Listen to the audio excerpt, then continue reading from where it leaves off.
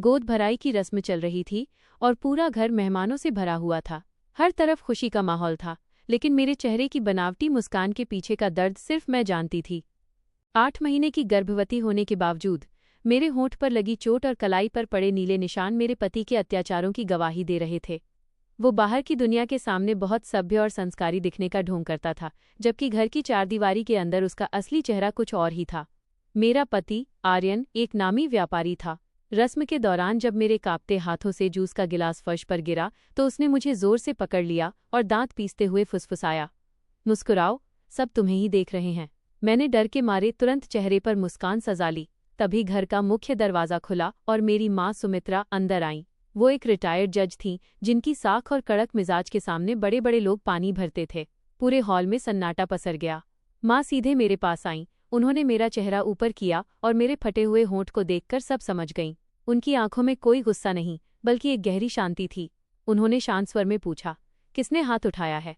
आर्यन ने अपनी तमीज़ का मुखौटा पहनते हुए हंसकर बात टालने की कोशिश की। अरे माँ जी, ये तो बस छोटी मोटी नोकझोंक है। शालिनी इन दिनों थोड़ी चिड़चिड़ी हो गई है। आर्यन की बहन सान्या, जो एक रसूखदार कंपनी में ऊंचे पद पर थी, आगे आई और माँ को नसीहत देने लगी। आंटी, घर के मामले बाहर नहीं लाने चाहिए। ऐसे इल्जाम परिवार की इज्जत खराब करते हैं। आर्यन ने फिर से मेरे कंधे पर अपना हाथ जोर से दबाया ताकि मैं कुछ न बोल सकूं। तभी माँ ने अपने गले से वो पुरानी भारी माला उतारी, जिसे पहनकर उन्होंने अपने करियर का सबसे निर्णायक और ऐतिहासिक फैसला सुनाया था।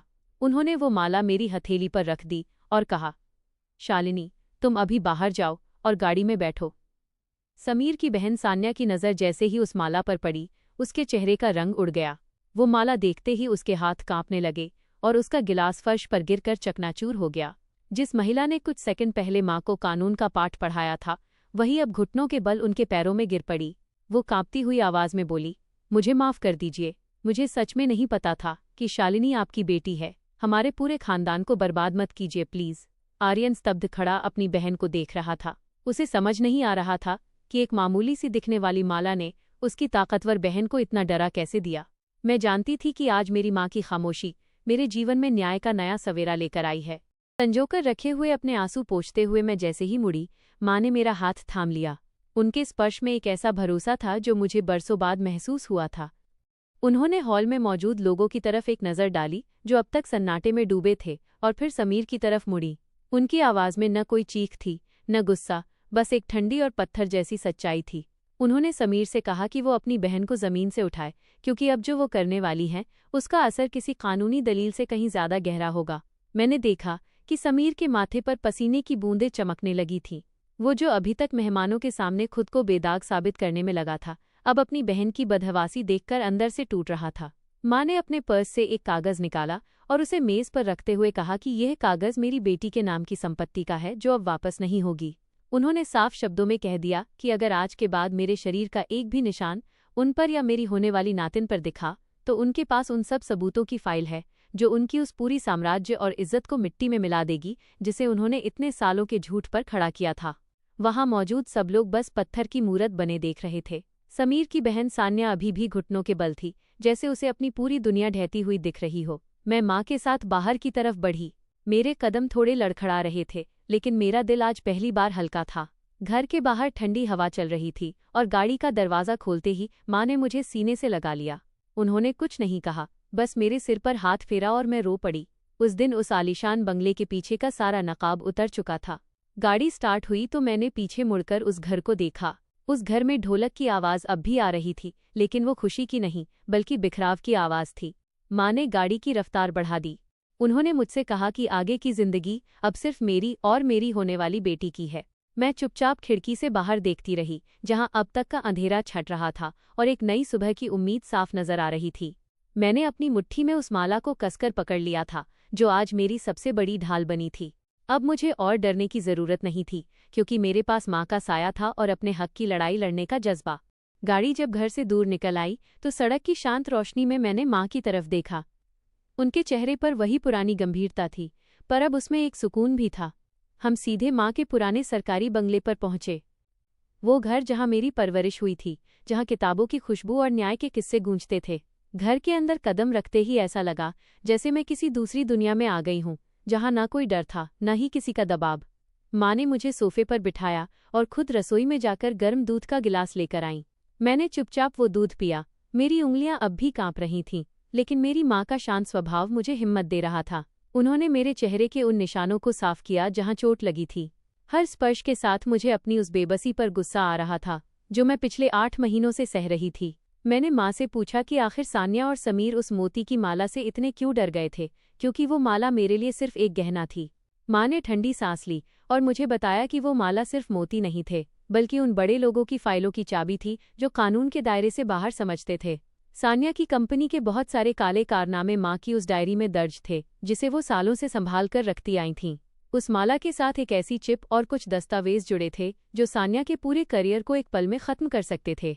माँ ने बताया कि उन्होंने वो माला मुझे इसीलिए दी थी ताकि समीर और उसका परिवार ये समझ जाए कि वे अब एक ऐसी शेरनी से टकरा रहे हैं जो किसी भी हद तक जा सकती है। अगली सुबह का सूरज मेरी जिंदगी में एक नई उम्मीद लेकर आया। समीर का फोन लगातार बज रहा था, लेकिन मैंने उसे पूरी तरह ब्लॉक कर दिया था। कुछ ही घंटों में मेरे पास समीर के वकील का फोन आया, जो अब धमकी नहीं बल्कि समझौता करने की भीख मांग रहा था। उन्होंने कहा कि समीर सब कुछ ठीक करना चाहता है, लेकिन माँ ने फोन छीनकर उन्हें साफ कह दिया कि अब जो भी बात होगी वो कोर्ट के कमरे में होगी। माँ ने मेरे लिए बड़े से बड़े वकीलों की टीम खड़ी कर दी थी, और सबसे बड़ी बात ये थी कि उन्होंने मेरे अंदर का वो आत्मविश्वास फिर से जगा दिया था जो शादी के बाद दब गया था। दिन बीतते गए और मेरी गोद भराई की वो कड़वी यादें धीरे धीरे धुंधली पड़ने लगीं। मैं अब अपनी होने वाली बेटी के नाम पर ही सब कुछ सोचती थी। माँ ने मुझे अपने पैरों पर खड़ा होने के लिए प्रेरित किया। उन्होंने मुझे अपनी पुरानी फाइलों और कानूनी मामलों में मदद करने के लिए कहा ताकि मेरा ध्यान भटके और मैं अपनी ताकत को पहचान सकूं। उस दौरान मैंने महसूस किया कि जो पुरुष मुझे कमज़ोर समझकर मेरे होठों की मुस्कान छीनता था, वो खुद कितना खोखला था। कुछ हफ्तों बाद मुझे पता चला कि समीर की कंपनी पर इनकम टैक्स की बड़ी रेड पड़ी है और सान्या का करियर भी सवालों के घेरे में आ गया है। उनका वो आलीशान बंगला, जो कभी मेरी जेल था, अब जांच का केंद्र बन गया था। मैंने खिड़की से बाहर देखा, जहां पेड़ पर चिड़ियां अपने बच्चों को दाना खिला रही थीं। मैं अब और नहीं रोती थी। मेरी माँ का साथ और मेरी खुद की हिम्मत ने मुझे वो बना दिया था जो मैं कभी नहीं बन पाई थी। अब मेरा ध्यान सिर्फ उस नन्ही जान पर था जो आने वाली थी और जिसे मैं एक ऐसी दुनिया देने वाली थी जहां उसे किसी के सामने अपनी मुस्कान का नाटक नहीं करना पड़ेगा। समीर की तरफ से अब कोई संदेश नहीं आता था। शायद उसे समझ आ गया था कि जिस महिला को उसने कमज़ोर समझा था वो अब अपना हक मांगना जानती है। घर के उस शांत कोने में बैठकर मैं अक्सर सोचती थी कि अगर उस दिन मेरी माँ नहीं आती तो मेरा क्या होता। लेकिन अब वो सवाल मायने नहीं रखता था। मायने ये रखता था कि मैंने अपने आत्मसम्मान को वापस पा लिया था। अब मैं अपनी शर्तों पर जीने के लिए तैयार थी और मेरे पीछे मेरी माँ का वो अटूट विश्वास था जिसने मुझे फिर से जीना सिखा दिया था। गर्भावस्था के आखिरी दिन बीत रहे थे और अब घर में नन्हे कदमों की आहट की तैयारी शुरू हो चुकी थी। एक शाम जब मैं बालकनी में बैठकर अपनी बेटी के लिए छोटे छोटे कपड़े देख रही थी, तभी माँ मेरे पास आईं। उन्होंने मुझे एक पुरानी तिजोरी की चाबी दी और कहा कि अब वक्त आ गया है कि मैं वो देखूं जो मेरे पिता मेरे लिए छोड़ गए थे। वो तिजोरी मेरे ससुराल के उस कमरे के फर्श के नीचे बनी थी जहां मुझे समीर ने कई बार बंद करके रखा था। माँ ने मुझे बताया कि समीर और उसका परिवार इसी तिजोरी की तलाश में मुझसे शादी करने का नाटक कर रहे थे, क्योंकि इसमें मेरे मायके की पैतृक संपत्ति के वे कागजात थे जो उन्हें अरबपति बना सकते थे। सुनकर मेरे पैरों तले जमीन खिसक गई। मुझे लगा था कि मेरी शादी प्यार थी, पर असल में मैं उनके लिए महज एक चाबी थी। अगले ही पल फोन बजा। ये नंबर अनजान था। मैंने फोन उठाया तो दूसरी तरफ सान्या की घबराई हुई आवाज़ थी। वो गिड़गिड़ा रही थी कि घर में बड़ी मुसीबत आ गई है, समीर का एक्सीडेंट हो गया है और वो अस्पताल में है। उसने मुझे तुरंत आने की जिद की, पर माँ ने इशारा किया कि रुक जाओ। तभी माँ का फोन बजा और दूसरी तरफ से जो खबर मिली उसने सारा खेल पलट दिया। अस्पताल से खबर थी कि एक्सीडेंट तो समीर का हुआ था, पर वो अस्पताल में नहीं बल्कि शहर से भागने की कोशिश में पुलिस के हत्थे चढ़ गया था। समीर के पकड़े जाने के बाद पता चला कि उसने सिर्फ मुझे ही नहीं बल्कि शहर के कई बड़े लोगों के साथ धोखाधड़ी की थी। सान्या का मुझे फ़ोन करना एक जाल था ताकि वो मुझे वापस उस बंगले में बुलाकर उन कागजात वाली चाबी मुझसे छीन सके। मैं पूरी तरह स्तब्ध थी। सान्या उस रात मेरे घर के बाहर अपनी गाड़ी लेकर खड़ी थी। उसने सोचा था कि मैं माँ के डर से भागकर वापस आ जाऊंगी और वो मुझे रास्ते में ही अगवा कर लेगी, लेकिन माँ ने पहले ही पुलिस को सतर्क कर दिया था। जब सान्या को पुलिस ने दबोचा तो वो चिल्लाकर कह रही थी कि शालिनी के पास जो चाबी है वो उसके बाप की नहीं बल्कि उनके खानदान के काले धंधों की असली कमान है। माँ ने शांति से सान्या के सामने जाकर उसे एक थप्पड़ रसीद किया और कहा कि जिस तिजोरी के पीछे तुम पागल हो उसमें सिर्फ कागजात नहीं बल्कि तुम लोगों के गुनाहों का पूरा चिट्ठा है जो मेरे पिता ने सालों पहले तैयार कर रखा था। वो तिजोरी तो बस एक बहाना थी, असली धमाका तो वो सबूत थे जो अब सीबीआई के पास पहुंच चुके थे। मेरे घर का माहौल पूरी तरह बदल गया था। अब मैं अकेली नहीं थी। मेरी बच्ची की पहली किलकारी गूंजी और घर में रौनक लौट आई। लेकिन कहानी में ट्विस्ट तब आया जब मुझे अस्पताल में एक नर्स ने एक लिफाफा दिया। वो लिफाफा समीर का था, जिसे उसने जेल जाने से पहले किसी के हाथ भिजवाया था। उसमें एक छोटी सी चिट्ठी थी जिसमें लिखा था, शालिनी तुम जीत गई, पर यह मत भूलना कि तुम्हारी माँ की भी एक राज है जो इस कहानी का अंत कर सकता है। मैं घबरा गई। माँ ने जब वो चिट्ठी पढ़ी तो उनके चेहरे का रंग थोड़ा उड़ा, पर उन्होंने तुरंत खुद को संभाल लिया। उन्होंने मेरी बच्ची को अपनी गोद में लिया और कहा कि अतीत के पन्नों में बहुत सी उलझनें हैं। माँ उस दिन मुझे एक ऐसी जगह ले गईं जहाँ मुझे पता चला कि मेरे पिता की मौत कोई हादसा नहीं थी। उस रात जब हम वापस आ रहे थे, मैंने देखा कि हमारे घर के बाहर एक गाड़ी खड़ी है जिसका नंबर वही है जो समीर की कंपनी की गाड़ियों का था। क्या समीर का कोई साथी अभी भी बाहर आजाद था? क्या मेरी लड़ाई अभी खत्म नहीं हुई थी? मेरी गोद में मेरी बेटी सो रही थी और मैं जानती थी कि अब मुझे अपनी और अपनी बेटी की सुरक्षा के लिए एक ऐसी जंग लड़नी है जिसमें अब न कोई कानून काम आएगा, न ही माँ की वो पुरानी मोती की माला। अब मुझे अपनी जिंदगी का फैसला खुद करना था। बाहर खड़ी उस गाड़ी के पास जैसे ही मैं पहुंची, मेरी धड़कनें तेज हो गईं। माँ ने मेरा हाथ कसकर पकड़ रखा था। गाड़ी का शीशा नीचे हुआ तो अंदर समीर का कोई साथी नहीं, बल्कि मेरा ससुर, जो बरसों पहले घर छोड़ चुका था, बैठा था। उसने गाड़ी से बाहर कदम रखा और उसकी आंखों में वो नफरत नहीं, बल्कि एक अजीब सी लाचारी थी। उसने हाथ जोड़कर कहा कि वो पिछले कई दिनों से मुझे देख रहा था, लेकिन सामने आने की हिम्मत नहीं जुटा पा रहा था। उसने एक पुरानी डायरी मेरी ओर बढ़ाई और कहा कि ये सब कुछ खत्म कर देगी, लेकिन इसके बदले उसे बस अपने पोते या पोती को एक बार देखना था। ससुर की बातें सुनकर मैं असमंजस में पड़ गई। माँ ने डायरी ली और उसे खोलते ही उनकी आंखों से आंसू निकल आए। वह डायरी मेरे पिता की थी, जो सालों पहले गायब हो गई थी। उसमें लिखा था कि मेरे पिता और मेरे ससुर कभी सबसे अच्छे दोस्त थे, और समीर का पिता उस दिन घर से इसलिए नहीं भागा था कि वह कायर था, बल्कि इसलिए क्योंकि समीर और उसकी माँ ने उसे मारने की साजिश रची थी ताकि वे मेरी पैतृक संपत्ति हड़प सकें। मेरी दुनिया एक बार फिर हिल गई थी। जिस इंसान को मैं अपना सबसे बड़ा दुश्मन मानती आई थी, असल में वो भी उसी का शिकार था जिसका शिकार मैं बनी थी। तभी एक बड़ा धमाका हुआ। पास ही खड़ी सान्या की वो गाड़ी, जिसे पुलिस ने जब्त करके रखा था, अचानक धू धू कर जल उठी। किसी ने उसे बाहर से रिमोट से उड़ा दिया था। समीर के वो साथी अभी भी सक्रिय थे और वे उस डायरी को हर हाल में पाना चाहते थे। हम तीनों को समझ आ गया कि अब ये लड़ाई सिर्फ कानूनी नहीं, बल्कि जान की बाजी बन चुकी है। समीर का पिता, जो अब तक सान्या और समीर के गुर्गों से छुपा हुआ था, हमें एक सुरक्षित ठिकानों पर ले गया। उस रात एक पुरानी हवेली में बैठकर जब हमने डायरी के आखिरी पन्ने पढ़े तो पता चला कि सिर्फ संपत्ति नहीं, बल्कि मेरे पिता ने एक ऐसा सीक्रेट बैंक अकाउंट भी बनाया था जिसका पासवर्ड मेरी बेटी के नाम से जुड़ा था। पर कहानी में असली मोड़ तब आया जब उस हवेली के दरवाजे पर दस्तक हुई। हमने सोचा कि शायद गुंडे आ गए हैं, लेकिन सामने पुलिस की वर्दी में समीर खड़ा था। वो जमानत पर नहीं, बल्कि जेल से भागकर आया था। उसके हाथ में बंदूक थी और वो बुरी तरह पागल लग रहा था। उसने सीधा अपने पिता की तरफ इशारा किया और चिल्लाया कि उन्होंने ही उसके खिलाफ गवाही दी है। माँ ने बिना डरे उसे बातों में उलझाया, लेकिन समीर ने सीधे मेरी बेटी की तरफ बंदूक तान दी। वो बोला कि आज या तो वो बचेगा या हम सब खत्म हो जाएंगे। तभी कमरे की लाइट चली गई। किसी ने अचानक पीछे से समीर पर हमला किया। वो कोई और नहीं, बल्कि वो नर्स थी जिसने अस्पताल में मुझे वो रहस्यमयी चिट्ठी दी थी। उसने समीर को पीछे से जकड़ लिया और समीर की बंदूक नीचे गिर गई। हम सबने मिलकर उसे काबू किया और तुरंत पुलिस को सूचना दी। जब पुलिस आई और समीर को ले जा रही थी तो उसने मेरी तरफ देखकर एक भयानक मुस्कान दी और कहा, तुम्हें क्या लगा खेल खत्म हो गया? मैंने अपनी माँ के लिए जो किया है वो अभी भी बाकी है। समीर के जाने के बाद सन्नाटा छा गया। माँ और मेरे ससुर एक दूसरे को देख रहे थे। मुझे अचानक समझ आया कि वो नर्स सिर्फ एक अनजान व्यक्ति नहीं थी, बल्कि वो सालों पहले मेरी माँ की गायब हुई सहेली की बेटी थी, जो मेरे पिता के लिए काम करती थी। अब मुझे पता चला कि ये जाल कितना गहरा था। मेरी बेटी को गोद में लेकर मैंने कमरे के कोने में रखे उस पुराने ट्रंक को खोला जो हवेली के तहखाने में था।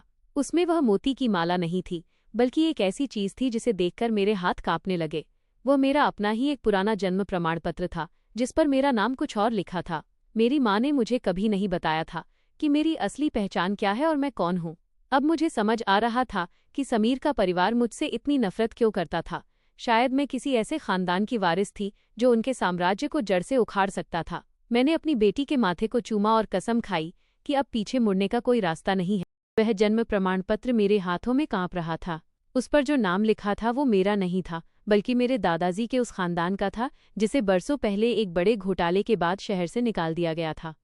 मुझे हमेशा से लगा था कि मैं मध्यम वर्गीय देविका मेहरा की बेटी हूँ, लेकिन सच्चाई ये थी कि मैं एक ऐसे घराने की आखिरी वारिस थी जिसके नाम पर पूरी जमीनें और अरबों की जायदाद अटकी हुई थी। समीर और उसकी माँ इसी सच्चाई के डर से मुझे अपने घर की बहू बनाना चाहते थे, ताकि उस कागज के जरिए वे सब कुछ अपने नाम कर सकें। माँ ने मेरे हाथों से वो कागज लिया और उनकी आंखों में पहली बार मैंने वो डर देखा जो उन्होंने बरसों से छुपा रखा था। उन्होंने स्वीकार किया कि मेरे पिता की हत्या उस दिन इसलिए हुई थी क्योंकि उन्होंने उस जमीन के असली कागजात एक गुप्त जगह पर छुपा दिए थे, जिनका पता सिर्फ मुझे ही लग सकता था। तभी हवेली के बाहर फिर से गाड़ियों की आवाजें गूंजी। इस बार पुलिस नहीं, बल्कि शहर के कुछ सबसे ताकतवर और खुखार बिल्डर्स थे जो समीर के साथ मिले हुए थे। उन्हें पता चल गया था कि हम उस हवेली में हैं। हम तहखाने के पिछले रास्ते से बाहर निकले, लेकिन बाहर निकलते ही मेरी नज़र एक ऐसी चीज पर पड़ी जिसने मेरे होश उड़ा दिए। समीर की माँ, वो महिला जो अब तक पर्दे के पीछे से सब खेल खेल रही थी, अपने आदमियों के साथ खड़ी थी। उसके हाथ में मेरी बेटी की छोटी सी गुड़िया थी। उसने ठंडी हंसी के साथ कहा, शालिनी, तुम आज भी उतनी ही भोली हो। तुम्हें क्या लगा समीर को जेल भेजकर तुम जीत गई? ये सारा खेल तो मेरी एक चाल थी, ताकि मैं तुम्हें इस हवेली तक ला सकूं। उसने बताया कि वो नर्स जिसने समीर को काबू किया था, असल में उसकी अपनी जासूस थी। समीर को जेल भेजना एक ड्रामा था, ताकि मैं सुरक्षित महसूस करूं और अपनी माँ की उन पुरानी फाइलों को बाहर निकाल सकूं। समीर की माँ ने आगे बढ़कर बंदूक मेरे ससुर की कनपटी पर लगा दी। वो चाहती थी कि मैं उस जन्म प्रमाण पत्र के बदले अपनी बेटी को सुरक्षित वापस लूं। मैं पूरी तरह से अकेली थी। मेरे पास कोई हथियार नहीं था, बस मेरी माँ का साहस और मेरे हाथों में वो डायरी थी। मैंने अचानक अपनी माँ की ओर देखा। उन्होंने मुझे आंख का इशारा किया, एक ऐसा इशारा जो मुझे बचपन में खेल खेल में सिखाया करती थी। मैंने अपनी हथेली में छुपाया हुआ छोटा सा लाइटर जलाया और पास ही रखे उन पुराने कपड़ों पर फेंक दिया जिन्हें हमने हवेली से बाहर निकलते वक्त रास्ते में बिखेरा था। अचानक धुआं चारों तरफ फैल गया। समीर की माँ के आदमी घबरा गए और इसी अफरा तफरी का फायदा उठाकर मैंने अपनी बेटी को झपट लिया। हम लोग दौड़ते हुए पास के घने जंगलों की तरफ भागे। भागते भागते मुझे एहसास हुआ कि मेरे पैरों में चोट लगी है, लेकिन रुकने का वक्त नहीं था। हम एक पुरानी गुफा में छिपे। वहां अंधेरे में जब मैंने अपनी बेटी को देखा तो मुझे एक अजीब सी चीज महसूस हुई। उसकी जैकेट की जेब में एक छोटा सा रिमोट था। मेरी बेटी तो अभी बहुत छोटी थी, फिर ये रिमोट उसके पास कहाँ से आया? तभी मुझे याद आया कि समीर की माँ ने जब उसे कुछ देर के लिए अपने पास रखा था, तब उसने उसे ये गुड़िया दी थी। ये गुड़िया कोई खिलौना नहीं, बल्कि एक ट्रैकर था। अब वे लोग बिल्कुल हमारे पास थे।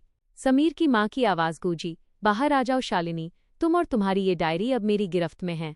मैंने गुफा के अंदर एक पत्थर उठाया और उस गुड़िया को तोड़ दिया। उसके अंदर से एक छोटा सा चिप निकला। वो चिप सिर्फ एक ट्रैकर नहीं था, उसमें समीर के परिवार की हर बातचीत रिकॉर्ड थी, यहाँ तक कि वो प्लानिंग भी जिसमें उन्होंने मेरे पिता की हत्या की थी। अब मेरे पास सबसे बड़ा हथियार था।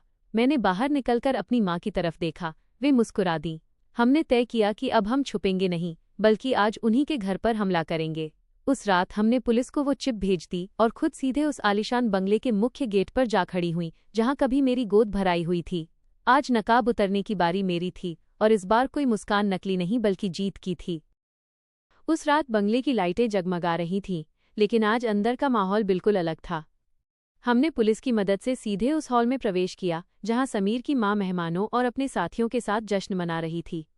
मेरी माँ ने अपने फ़ोन से उस चिप का डेटा बड़े स्क्रीन पर लाइव कर दिया। स्क्रीन पर वो वीडियो चलने लगा जिसमें समीर की माँ खुद मेरे पिता की हत्या की साजिश रचते हुए और उन कागजात को चुराने की बात करते हुए साफ दिखाई दे रही थी। हॉल में सन्नाटा पसर गया। वहां मौजूद बड़े बड़े बिजनेसमैन और नेता जो उनके साथ शामिल थे, अपना चेहरा छुपाकर बाहर भागने लगे। पुलिस ने समीर की माँ और उसके गुर्गों को चारों तरफ से घेर लिया था। सान्या, जो अभी तक अपनी अकड़ में थी, अब हाथ जोड़े पुलिस के सामने खड़ी थी। मैंने अपनी बेटी को कसकर गले लगाया और अपनी माँ की तरफ देखा। हमने आज न सिर्फ उस रसूखदार परिवार का अहंकार तोड़ा था, बल्कि उस सच को भी दुनिया के सामने ला दिया था जिसने सालों से हमें कैद में रखा था। समीर की माँ को जब हथकड़ी लगाई जा रही थी तो उसने मेरी तरफ देखते हुए बस एक ही बात कही, तुमने अपनी माँ के रुतबे का सही इस्तेमाल करना सीख लिया है शालिनी। मैंने जवाब में बस एक मुस्कान दी, वही मुस्कान जो अब नकली नहीं बल्कि एक विजेता की थी। समीर की माँ और सान्या सलाखों के पीछे जा चुकी थीं और समीर को भी उसके किए की सजा मिल गई। हमने उस बंगले को, जो कभी मेरी जेल था, एक चैरिटी ट्रस्ट के नाम कर दिया ताकि वो जगह अब किसी के आंसू पोंछने के काम आए। माँ और मैं अब अपने पुराने घर में एक नई शुरुआत कर चुके थे। अब वहाँ न डर था, न कोई नकाब, बस मेरी बेटी की किलकारियाँ और हमारे हंसते खेलते दिन थे। ये कहानी एक ऐसे सफ़र की थी जहाँ एक साधारण सी दिखने वाली महिला ने अपनी चुप्पी तोड़कर अपने हकों की आवाज़ उठाई। यह साबित हो गया कि अत्याचार कितना भी बड़ा क्यों न हो, सत्य की ताकत हमेशा उसे धूल चटा देती है। दोस्तों, ये कहानी सिर्फ एक काल्पनिक चित्रण है जिसका उद्देश्य समाज में महिलाओं की ताकत और उनके साहस को दिखाना है। इसका किसी भी जीवित या मृत व्यक्ति या किसी निजी घटना से कोई वास्तविक संबंध नहीं है। अगर आपको यह कहानी पसंद आई हो और आप इस तरह की और भी प्रेरणादायक या रोमांचक कहानियां सुनना चाहते हैं तो कृपया हमारे इस YouTube चैनल को अभी सब्सक्राइब करें। साथ ही वीडियो को लाइक करें और बेल आइकन ज़रूर दबाएं ताकि हमारी आने वाली हर नई वीडियो का नोटिफिकेशन आपको सबसे पहले मिले। कमेंट्स में हमें ज़रूर बताएं कि आपको ये कहानी कैसी लगी और आप आगे किस तरह के ट्विस्ट देखना चाहेंगे। अपना प्यार बनाए रखें और जुड़े रहें।